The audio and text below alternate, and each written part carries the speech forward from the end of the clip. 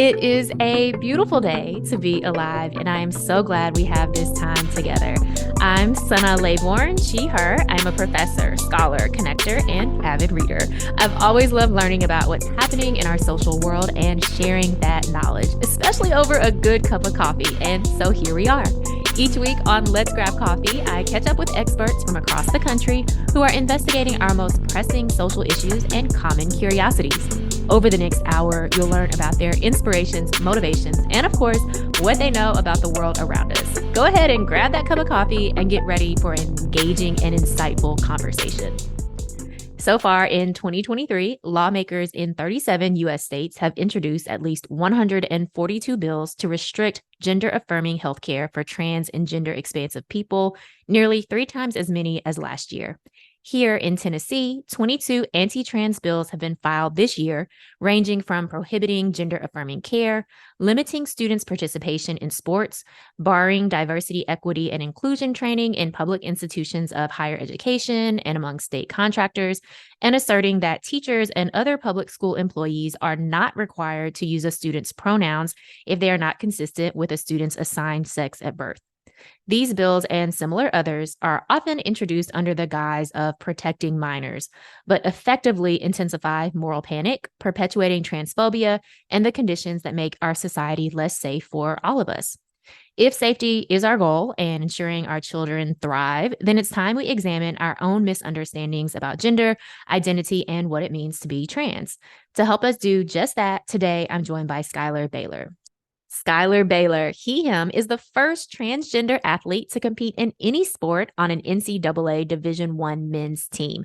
By 15, he was one of the nation's top 20 15-year-old breaststrokers. By 17, he set a national age group record. In college, Schuyler swam for Harvard University on Harvard's winningest team in 50 years. Schuyler's difficult choice to transition while potentially giving up the prospect of being an NCAA champion was historic. His story has appeared everywhere, from 60 Minutes to the Washington Post. Schuyler's tireless advocacy has earned him numerous honors, including LGBTQ Nation's Instagram Advocate for 2020, a GLAAD Media Award nomination, the Out Magazine's 2017 Out 100 list, and the prestigious Harvard Athletics Directors Award, which is not granted annually, but only when an athlete demonstrates outstanding contribution to athletics through education. He is only the 7th recipient of the award. In 2021, Schuyler also released his first middle grade novel, Obi Is Man Enough. And in 2022, Schuyler created LaneChanger.com, making gender literacy education accessible to every team, school, and company. Schuyler is the author of He, She, They, How We Talk About Gender and Why It Matters. He joins us today. Hi, Schuyler. So good to have you here. Hi, Suna. I'm really excited to be here. Thank you for having me. Yes, I absolutely had to have you on when I saw this book that you have written, because I think it's such an important conversation for all of us to have. And I didn't know what to expect when reading your book. I was like, okay, I know I'm going to learn, obviously, about how we talk about gender and why it matters. But I was so blown away by the way you really invited us into a conversation, and it feels like a conversation. And I thought that was so important because for a lot of folks, maybe this is the first time that they are even kind of thinking through some of these different topics, and it can seem scary. They don't want to get it wrong. They don't want to offend anybody. They're maybe even afraid at their own ignorance, right? And so Right. I love how conversational and how personal this book is. And also, I found myself being able to, read a chapter and kind of put it down or then come back to it. And a lot of the chapters also, I could envision someone maybe even skipping around from different chapters because Mhm. you've written it in such a way where it's easy to follow along and understand and digest the topics within this phenomenal book. So thank you so much.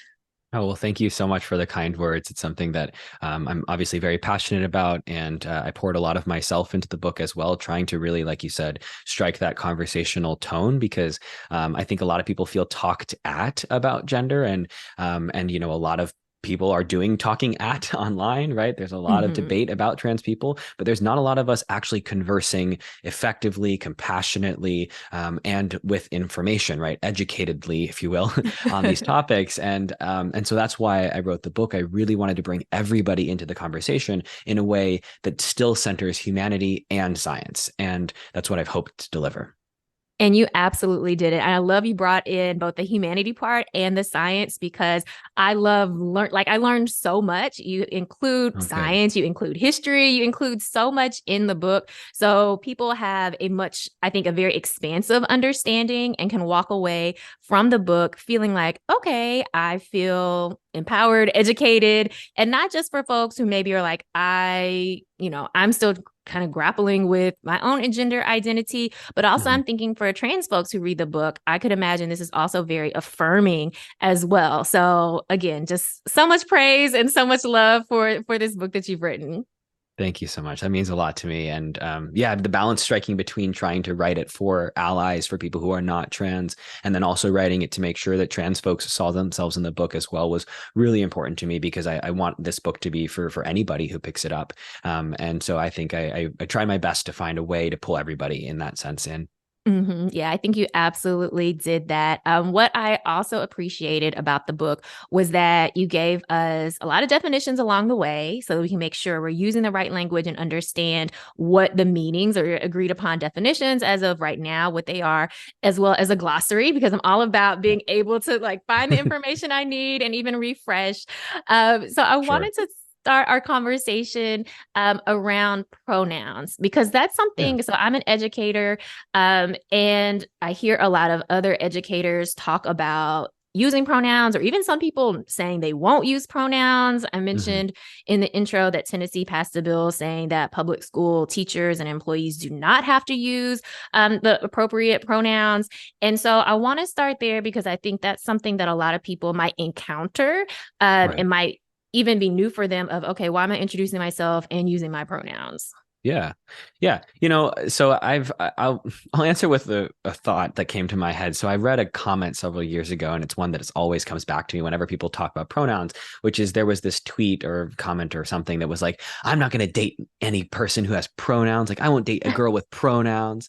And what I first want to remind everybody is that actually everybody has pronouns, right? Yeah. Even cis people who are not trans, y'all have pronouns too. And I think that people forget that. They think that gender is just a trans experience. And for everybody else, it's just, some sort of default where there isn't a gender experience. But that's not true. Everybody has a gender experience and everybody has pronouns that they do or don't like, right? Mhm. And it's just our relationship with our awareness of that. So, first thing is to remind people who are not trans, you have pronouns too. And you probably don't like when people don't use them correctly, right? I don't know Mhm. many cis people. So let's say like a cisgender man, a man who's not trans, they don't really like to be called women or miss or lady. In fact, doing so is a pretty common way to offend a man, right? Mhm. And similar with a woman, they don't like to be called men or mister or other gendered words that are male. So we all don't like misgendering for the most part. Are there exceptions? Sure, but we need to remind Mhm. ourselves of that first, which is that we don't like to be misgendered, and therefore trans people don't like to be misgendered either.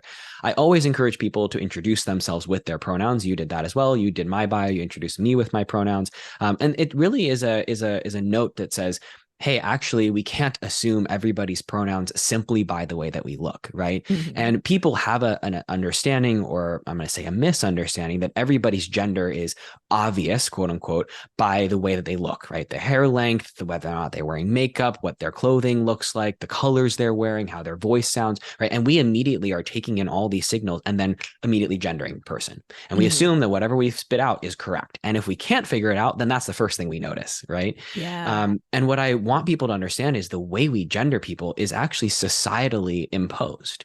Because if we go back many years, people actually wore different clothing, right? At one Mhm. point, pink was considered a masculine color and blue was considered a dainty, delicate girl's color. At one point, men wore powdered wigs, makeup, heels, and skirts. And you're wondering Mhm. when, where? The 1700s. Look up any picture of any white man in the 1700s, right? So I think we need to understand that gender expression, how we present our genders, isn't this objective biological entity. It's actually something that we've made up. And that's Mhm. okay. That's great. Dress however the heck you want, but don't assume that everybody's dressing equals their gender pronouns, right? And so make Mhm. space to share yours and they can share theirs. Yeah, I mean, I love that reminder that the societal norms, they change over Yeah, time. You talked about a color, different lot. colors. Yeah. You talked about colors, styles of clothing. These aren't inherently gendered. We give it meaning. We assign it to be quote unquote boy or girl. And we also assign to society that they're only boys and girls, right? Right, Whereas that's also not a capital T truth, right, right? right. And so I love how in the book, you really give us the opportunity to question and interrogate some of the beliefs that we just take as quote unquote fact that Right. aren't facts at all. Yeah. Well, one of the things I liked, and this is where I really try to engage a lot of compassion, it's not only for other people, by the way, also for myself, because I also grew up in this world that taught me that binary, right, of gender Mhm. is only two things, male or female. And I think that we need to be gentle with ourselves. We also need to be kind to other people, but we can be gentle with ourselves as we undo what we think we know about the world. And a lot of Mhm. people are not willing to admit, actually, I was wrong, right? Actually, what I learned isn't correct. But when we don't do that, when we don't update what we know, we are sitting on like old information, right? A lot of people come to me and be like, but it's biological sex, it's biology. I learned it in basic, middle school biology. I'll be like, that's exactly the problem. You learned that in middle school, right? We need to update. We're not in middle school anymore. Mhm. And people are afraid to do that because it breaks their conception of reality. It shifts what they understand about the world to say, wait, there's more than just male and female, right? Or maybe there's more than just cisgender people, right? So I think Mhm. it's important for us to sort of exercise that gentleness with ourselves as we break open this concept of the gender binary. And part of the way I like to do that is actually looking at history, right? So you mentioned that I bring history into the book, and it's important to recognize that the way we see gender now has not been consistent over time. People are like, Mhm. oh, it's, from the start of time, this has always been true. No, there's actually many societies in which gender wasn't the hierarchy that the society was based upon. There were some languages where woman wasn't even a word because people were just one group of people, and the distinguishing factors was actually age, right? Mhm. In lots of indigenous societies, a third gender or a quote non-binary gender was celebrated, sometimes even as if they were deities, right? So there is lots of different history that's much more welcoming towards trans people, gender diverse people than we see now. And so I like to remind people transness and trans people are not new, but transphobia, that actually is new, right? Especially Mhm. in the sort of intensity that we're seeing it now. Yeah.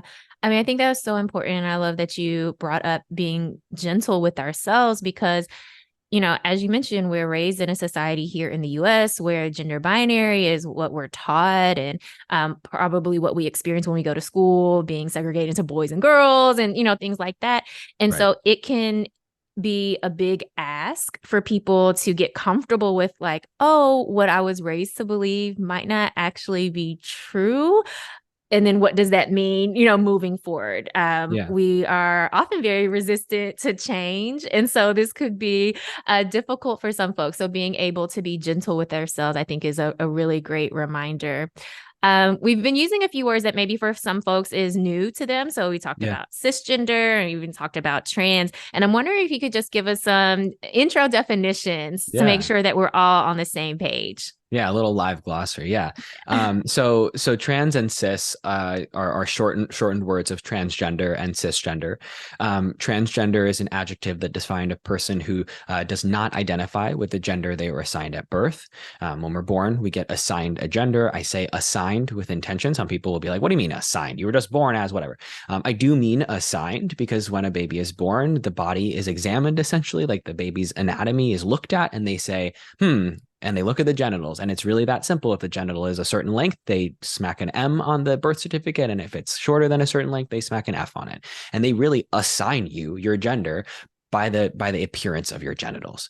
And I think when we don't think about it that way, we are sort of disillusioning ourselves to what's happening when we gender a baby. That's all that's happening. We don't know what the baby feels. We don't actually know a whole lot about the baby's karyotype, their chromosomes. People will always be like, but chromosomes. Most people have no idea what their chromosomes are. We could guess, but most people have not been karyotyped, right? We're not looking at internal genitalia. We're not looking at testosterone or other hormone levels. We're just looking at the baby's genitals at birth. birth. And so we assign gender based on that appearance most of the time. If you do identify, right, if your gender is whatever you were assigned at birth, that makes you cisgender. So those are those two words. If you're not transgender, you're cisgender. And if you're not cisgender, then you're transgender. So they're sort of polar opposites in that sense. So that's a hopefully easy way to remember it. And there's lots more we could share about the words, but I'll stop there because you asked for the sort of quick beginner definitions. Yes, thank you so much for that. Because as you talk about in the book, having language to even talk about groups of folks or the experiences we're having helps us to have more specificity around even the conversation that we want to engage in. So I think that was really important. I know a question that you talk about in the book and that we often hear in kind of the social discourse is how do trans people know they're trans, right? Is this just a phase? And I love that in the book you say, well, how do you know that you're cisgender? Mm-hmm. Right? Like, have you sat and with yourself and thought about, am I actually cisgender? And how would I know? Right? Yeah. And I love giving that moment for folks to pause and investigate our own gender and remember, as you said earlier, that all of us have a gender, all of us have pronouns, we're all having a gender experience. And that's true for all of us. It's just that some of us haven't been forced and confronted with or demanded to explain ourselves in a way that other people will accept. Right. Yeah. No, I think that, like I said at the top of this interview, I want this book to be for everybody because I think it is, right? I think that we all have this gendered experience. We've also all been limited by our gender experience, regardless of whether or not we're trans, right? Women have felt not woman enough or too masculine. Men have felt too feminine or not masculine enough or what have you. Cisgender people, right, have felt these things. So we've all been limited by gender. And when we consider that, we can really walk into the importance of asking ourselves about our own genders, right? And trans people, we have to declare how we understand our genders in order to exist in this world right now. And we have to also know our genders enough to be able to say, this is who I am, and go against the number one assignment we were given, which is to be a different gender, right? And I think that takes a lot of assertiveness. It takes a lot of self-grounding. It takes a lot of risk, right? Or assumes a lot of risk. And cisgender people, again, people who are not trans, don't do that, at least with regards to gender, right? Mm-hmm. So what I ask people who are cisgender with curiosity, not with like aggression, but the same question, right? How do you know who you are? And a lot of people can't answer the question. A lot of people don't have a dissertation to give me. They haven't thought deeply about it. They don't have peer-reviewed research articles to hand me. Their answer is usually, well, I just know. Mm-hmm. And I think that's like, I really want people to sink into that knowing, because that's great. I'm glad that you just know. I don't actually need more from you than that, but you should then not need more from me than that, right? I'm also, as a trans person, allowed to just know who I am and not have to give you a dissertation about why. Mm-hmm. That was so powerful to me, is thinking about the things that we just know about who we are and we know about ourselves, and being able to cultivate that knowing, right? And to be able to hold that knowing. And I could imagine, particularly for trans folks, being able to hold and keep that knowing within, as the society that we live in is trying to say something is wrong with that, or no, you don't know, or that's not valid. So I think there's something really powerful in knowing who you are and knowing that that's enough, right? Like maybe I don't have the language, or I can't explain it to you, or before I've encountered this book, I couldn't, break down the history and, everything that's happened, but I just know who I am, and that being enough. And I thought that was so powerful. I'm wondering if you could talk a little bit about this accusation, or the way folks talk about trans people as quote unquote changing genders. And could you tell us a little bit about why that's incorrect? Yeah.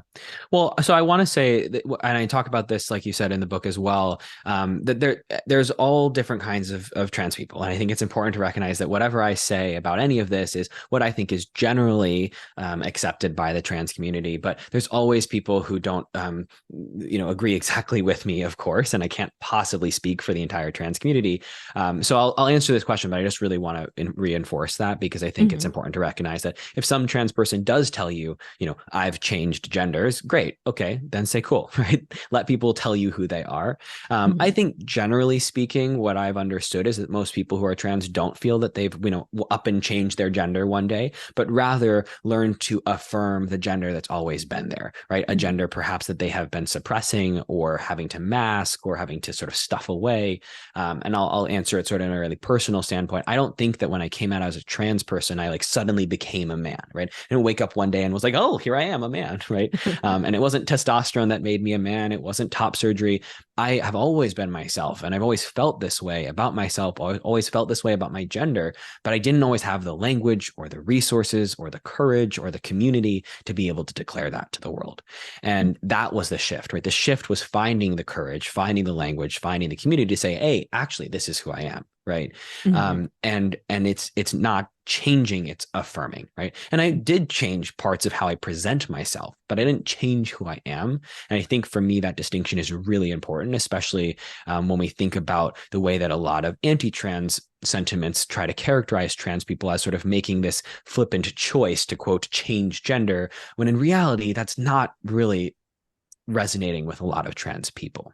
Yeah, I mean, I think it's important to talk about how it's not a choice, right? That our folks are just out here, just, one day this, one day that, but rather, as you mentioned, affirming that truth, affirming that knowing again, and in the process defying what we have set as a default. And I think that's actually the change that's happening, is that challenge to what we have accepted in society as there are only two genders and they must look a certain way. Yeah. And, I kind of going back on that word choice, though, and I think this is also in the book, but the other question I ask people is, so what if it is a choice, right? Like it's not. For most trans people that I know, they did not choose to be trans. I don't know actually any trans person who chose to be trans. I think most of us would probably choose not to be in some situations because it's so difficult, right, in the world to be trans. But even if it was a choice, right, why would that be so bad? And the answer is it would only be bad if you demonize transness, right? It would be only bad if gender exploration was inherently problematic. And it's not. There's nothing actually wrong with getting a haircut or changing the way that you present your clothing or, I don't know, wearing a different handbag one day to the next. It doesn't matter, really. Even the hormones and the surgery, like people do things with their bodies, body autonomy all the time. There is a lot of plastic surgery and other cosmetic surgeries that happen all the time, way more than trans people get gender affirming surgeries. And people are granted that autonomy, right? So I don't think being a trans is a choice, and none of the literature, the American Psychological Association, American Medical Association, like none of those pieces of expertise say that trans is a choice. It's not. But even if it was, I don't think that would be a problem. And I think we need to wrap our heads around why we think it's a problem. And it's because we have this internalized transphobia. We think that being trans is somehow wrong, right? And therefore, the choice would be bad. I love that reminder. Thank you so much for saying that. Again, throughout the book, you give us these moments where we can really hopefully pause and consider, okay, why have I accepted maybe some of these ideas as truth? Why does this feel so as if something is being violated when in fact it is this belief system and tied to structural inequalities, tied to different biases that's being challenged, right? And so thank you so much for allowing us on this journey to really sit and think about, okay, what is it about this society that I'm living in? And maybe there are some beliefs or ideologies that are harmful that we should be letting go of so that folks can just live, so that all of us can just live and exist in this world. Yeah. I think that moment where we try to pause is one of the most important moments. And it's why in the book I have, in the ending chapter, I talk about how we learn to pause and how we actually take that moment and what we can do in that moment. Because I think a lot of people don't have the frameworks for what it looks like to adjust our biases, right? And I think a lot of people think that biases are inherently wrong. Oh, that people are more quick to say, I'm not racist before they're actually quick to do the work to be anti-racist. And what I want to remind remind people, and this is stuff I've learned also from a lot of other amazing educators that came before me, is that we actually have to accept the status quo, which is a lot of racism, which is a lot of transphobia. When I say accept, I don't mean be complicit with. I mean accept that those are systems that affect us, right? And therefore, of course, we're going to have transphobic biases. Of course, we're going to have misogynistic biases, racist biases, fatphobic biases, and so on. And if we deny that, we're denying reality, right? We're denying the system that we're living in. And so it's not, when we think about bias, when we think about taking that pause to really reconsider, it's not about beating ourselves up in that moment either, because of course we're here. It's what do we do next? And that's why that chapter in the book, Allyship, is really about how we take that pause so that we're able to break it open and have a framework for taking care of ourselves and evaluating ourselves when we take that pause.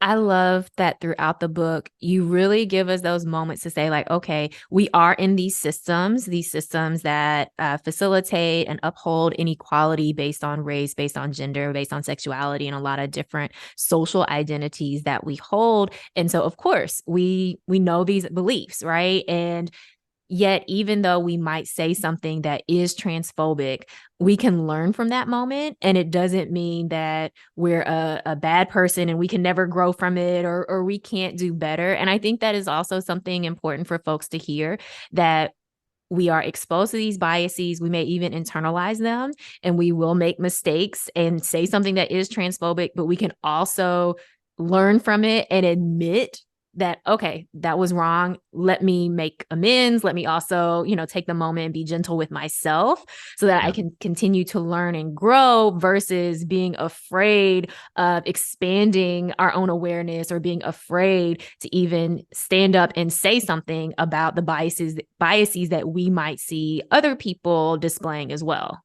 Yeah, absolutely. I think one of the biggest barriers towards learning something that might be new or radical to you, right? Revolutionary even.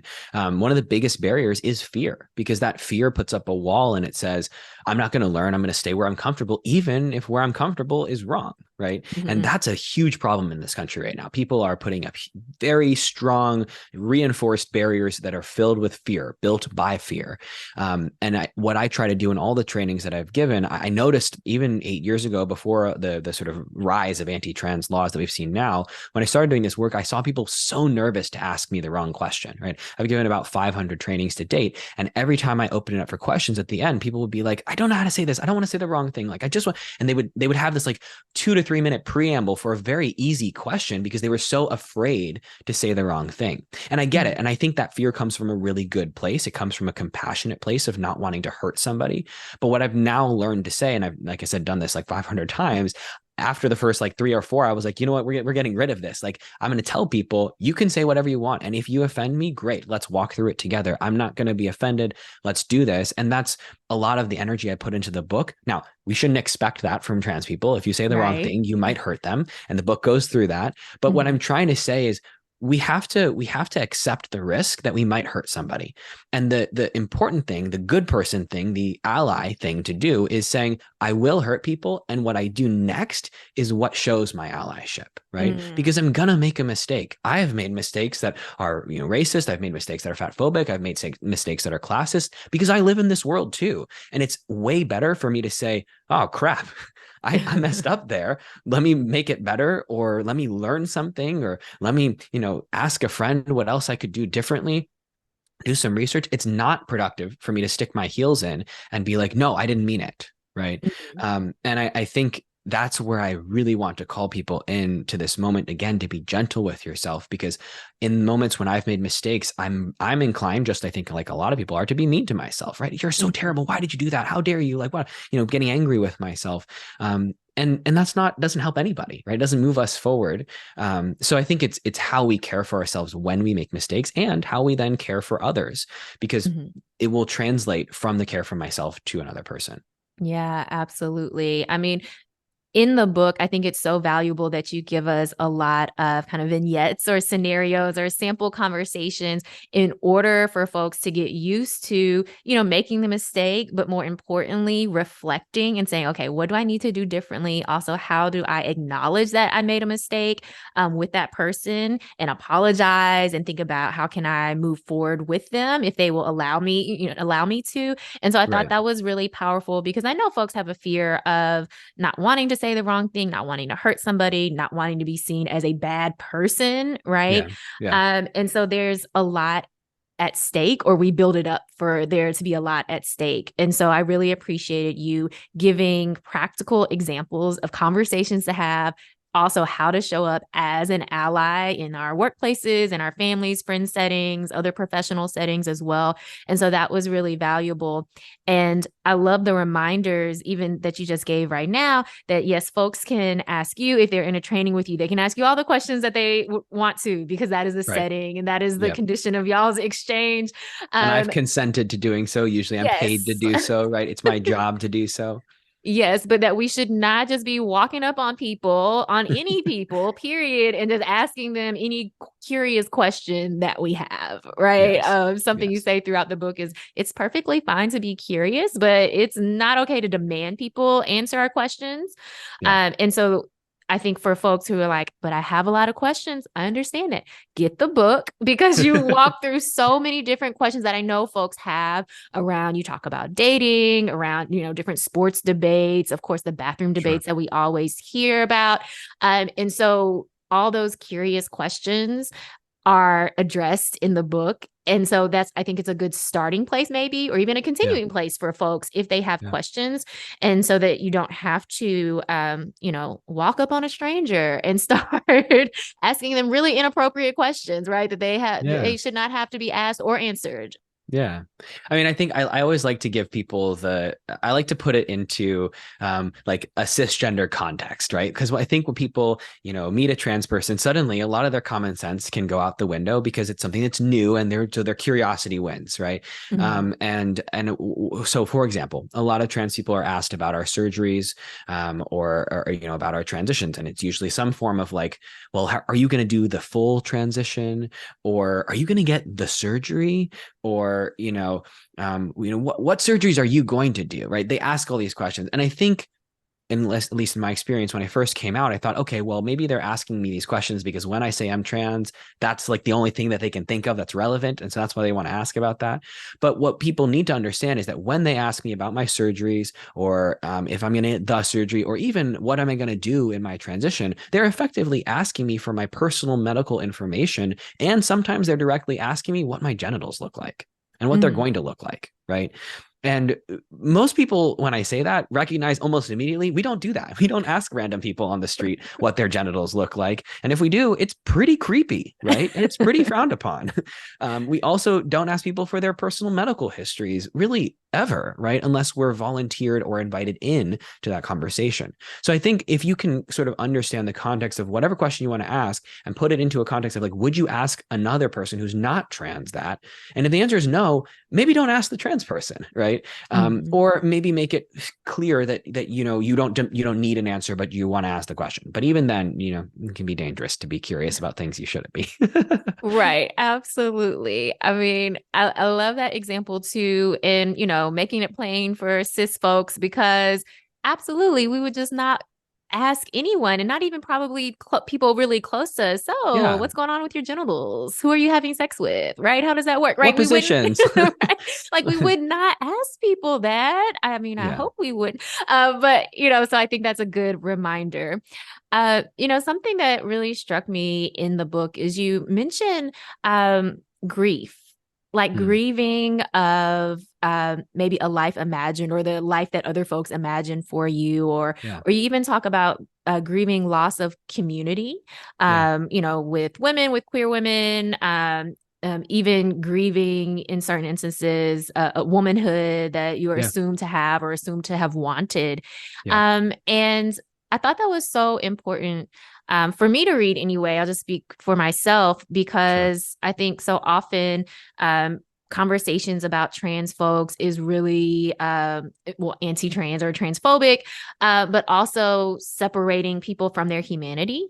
Yeah. And to read what you had written in the book around the grieving process, I think just really helped me understand even more part of the experience that some trans folks had. So I just wanted to say I really appreciated you sharing that and writing that in the book. Well, thank you so much. I think that was definitely something that was new for me to share. And I was very excited to share it as well, because I think it's nuance that didn't fit elsewhere, right? It doesn't fit in a couple minute interview in a TV show. It doesn't fit in an Instagram post. I don't think I really felt that I could express it except for in a book. Mm-hmm. And, you know, a lot of it is complex because I think when people hear the word grief, they think of sadness, they think of crying, they think of like bad, right? And I Mm-hmm. don't see grief that way, especially not in the ways that I wrote about it. I Mm-hmm. think grief is painful, yes, but I also think it was, you know, evidence of something beautiful in my life. And a lot of, I think, conceptions about trans people require the trans person to hate who they were before they Mm-hmm. transitioned, right? This like, I can't see pictures, I can't do, you know, ever, you know, confront that version of myself. And there are trans people that have those experiences, and that's 100% valid. But that wasn't my experience. I didn't have this like hatred for who I'd been. In fact, I had a reverence for all of the different parts of me that I've walked through the world, you know, showing, because I am all of those, right? I'm a Mm-hmm. compilation of all the people that I've ever walked the world as. And I think my manhood is augmented, is improved by the womanhood I once had, right? Mm-hmm. And I don't feel like it's gone from me. I don't think other people can see it, but it's something I hold really close to me, that history, that origin of womanhood, especially, you know, coming from a very, I would say, empowered and powerful line of Korean women. My Mm-hmm. grandmother is North Korean, escaped from North Korea right before or Northern Korea, actually, at the time. Um, you know, right before the war. I think there's so much powerful womanhood in my history, and Yeah. I feel that my you know, history of womanhood is a tribute to that. And so there has been grief in losing the way that other people see me as comrade or as enemy, right? Mm-hmm. And I think that, you know, for good reason, women and femmes look for other women and femmes to feel safe around, because Mm-hmm. patriarchal violence is ubiquitous, right? Mm-hmm. And I now look like patriarchal violence, right? I align in that category because I look like a man, and people Mm-hmm. perceive me as a man, and they don't see my womanhood. And so I've lost that automatic camaraderie with women and femmes, that I still feel Mm-hmm. internally, right? I still feel that connection because I that was my origin story. And I can understand a lot of what many women go through in this world because of that history, but they don't know that I have. And so Yeah. there's been grief of that separation, that sort of distance that's there. And I think the ones that love and trust me the most, right, I feel closest to women I know that that's that history, right? They understand that, but that's not the same walking down the street. And so I have to be really mindful of what that means when I walk around the world with male privilege and the implications of the patriarchy. Mm-hmm. Yeah, I mean, in the book, you say, before I transitioned, I was the object of misogyny. Now I'm expected to be an accomplice to it. And that just, I mean, just thinking about that, I was like, wow, like that's so, like again, Yeah, thinking about that big shift, again, not a shift for you internally, but a shift externally, how people yeah, are perceiving you, and how, again, we are socialized into gender and into beliefs about what it means to be a woman or man and how you should be treated, or, different biases, again, that we learn. And so to have you write that into the book, I also think it just gave me another opportunity to think about how I'm socialized into gender, the different beliefs or biases that I hold, and right. how, as you mentioned, it's inescapable because that is the society that we live in. Right, right. Yeah, I think that was probably one of the biggest points of grief. I think I went through stages of grief that included anger and denial and upset, because I didn't know how to accept that I could be perceived in accompliceship with the patriarchy. I was like, I didn't come from here. I'm not a cisgender man. I'm not, you know, this like straight cisgender man. I'm like this queer person with this very queer history. Like I walked the world as woman for 18, 19 years. Like how could I be in this other category? And I think the world actually caught up with me more quickly than I did with myself, because as soon as I looked, quote unquote, enough like a man, that was that, right? The world saw me differently, and I didn't adjust that quickly. So there was this period of lag where I was like, why is the world seeing me differently, right? Why are women like more likely to cross the street? Like I remember walking behind, like I was walking down the street and it was late at night and there was a woman in front of me and she kept on turning to look back at me, and I Mhm. kept on turning back behind me because I thought she was looking behind. I was like, what's going on? Like what's here, right? Right. Kept looking behind me, and then there was nobody behind me, and then I figure out she was looking at me, and I'm a speedy Right. walker, so I was like, I think gaining on her, and it didn't occur to me that I could make her afraid, but I realized she was afraid of me, and I was like, Mhm. oh my god, this is such a different world that I'm walking now. I slowed down and I crossed the street because I was like, I don't want to scare it like that. I'm just trying to get home, right? Right. But it was a very shocking experience for me to consider that just the way I look, right, and the way the world is going to now gender me will deeply shift many of my interactions with other people based on that perception. And I love that you shared that story, because I think it also gives us an opportunity to really think through the ways that we move through this world, and those ways are taken for granted, whether you're the woman or the man in that story, right? And you're Yeah, thinking about safety or not thinking about safety in yeah, ways that we've learned throughout our lives, whether again that we are it's okay for us to walk alone at night or that it's not okay. yeah, Right. exactly. And so, again, just throughout the book, moments for us to really just take a pause and question, how we've been socialized into our own gender, and what that might mean as we're, in the world with other folks as well.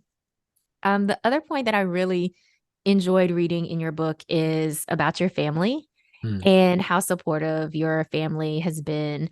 And that really gave me hope mhm. to hear you have a family who is very supportive, even I think also culturally, racially, all of these different ways where we might expect that there may have been major challenges.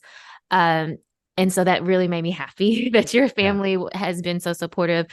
But I'm also wondering, how do you resolve or make sense of or gentle with yourself? I'm not even sure what the right word is. When maybe loved ones are resistant to who you are and are invalidating of who you are. Yeah. I think it's one of the most devastating experiences for a lot of queer and trans folks is that rejection from family about our identities, and it's not specific to queer and trans folks. By the way, I think any rejection from parents is often the most difficult rejection we Yeah. experience, right? But it's very common for trans and queer folks to experience some there's an extraordinarily high proportion of homeless youth that are Hmm. trans and queer, and a lot of that is because of conflict with family, right? And I think it's really striking when we think about that parents are willing to kick their kids out of their house for their identities. And in my opinion, if a parent's going to do that, person should not be a parent, because you should love your kid no matter what. And can you have difficulty with their identity? Sure, right? Because maybe this is something you don't understand, you're not versed in, you don't have the resources to understand. That's fine, but kicking them out, right, and essentially contributing to their harm, I think is really, really devastating. What I always like to share, a couple different angles. The first is that for the parent, or for other people who are trying to support trans youth or trans people, it's important to recognize that you don't have to understand everything in order to be supportive. And I think people have a really strong commitment to a fallacy, which is that if I don't understand it, it's not real, right? Hmm. And they do this all the time with trans people. Well, I don't get it. I don't get it. I don't get it. Therefore, it can't be. And there's a lot of things in the world that we don't get, right? A Yeah. lot. And I could name, I'm just looking around my office. There's so many things in this office. I have no idea how they work, right? The computer being a main one. I have no idea how the computer works, no idea how the microphone works, but it does, right? And I Mhm. trust that it works, that I use it multiple times a day, every day. But just because I, Schuyler Bailar, don't understand how this microphone works doesn't mean that it's not, right? That it doesn't work. And I think we need to understand that, right? It works. I don't get it. That's fine. And we can trust the same thing about trans people and identity, which is that if you don't get it, that's okay. So I think that's a huge one, because if we can let go of needing to understand, we can make a lot more space for love, for compassion, and then understanding usually comes later if we open ourselves, right, to those Mhm. loves and love and compassion. The other thing is for the kids, right, for maybe the adult kids, the trans folks who are experiencing that. I think it's really important to find chosen community, chosen family, making sure that you find a place where you do belong in the world, or at least people welcome you into belonging. Because just because your parents don't make that space or family doesn't make that space does not mean that you don't belong in this world. You do. And you have to find the places that make you feel that way. Yeah. I mean, I was so moved throughout the book on how you were really committed to walking alongside your family, right? And how they were really committed to walking alongside Yeah. you. And that really just gave me so much hope in people, particularly talk about your father and having a difficult conversation and a Yeah. screaming match with him one day. And you say, I need him to understand, right? And I know that he can. Right. Yeah. Like I love him. I want him in my life. I know that he can change. Right. And I thought that was so beautiful. That belief that yes, we can change and that we don't have to understand everything about everything and everyone, but we can still show up for people. And that's Yeah. enough. Yeah. I think one of the things my parents have always instilled in me is the presence that they're not going to ever go away, right? I think they've very clearly committed to being present as parents, being loving as parents, and I have a huge privilege I have had is that I've never felt that they would revoke their love or their support for me as a human. Have we had really difficult conversations about my identity and my experiences? Sure, right? You mentioned a screaming match. I detail at length a screaming match me and my dad had, and there's a couple actually in there about a couple of things. And I'm not proud of the screaming part, but I am proud of our commitment to having those conversations. And sometimes it did take yelling. Sometimes it was really painful to have these conversations. And I think that the reason I was able to, though, was because I knew that they would muddle through them with me, sometimes to a fault, like we both needed to take a break. But especially I think those conversations have shown me that I can trust that they will eventually understand.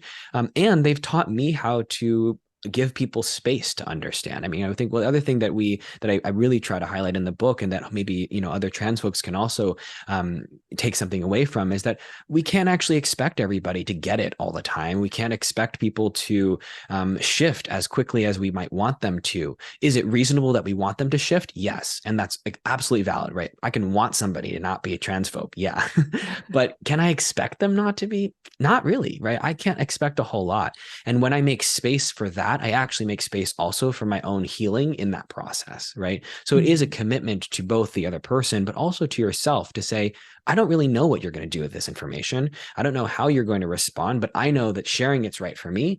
And I know that from here, we're going to move forwards and I'm going to take care of myself. And you're either going to come along for the journey or you're not, right?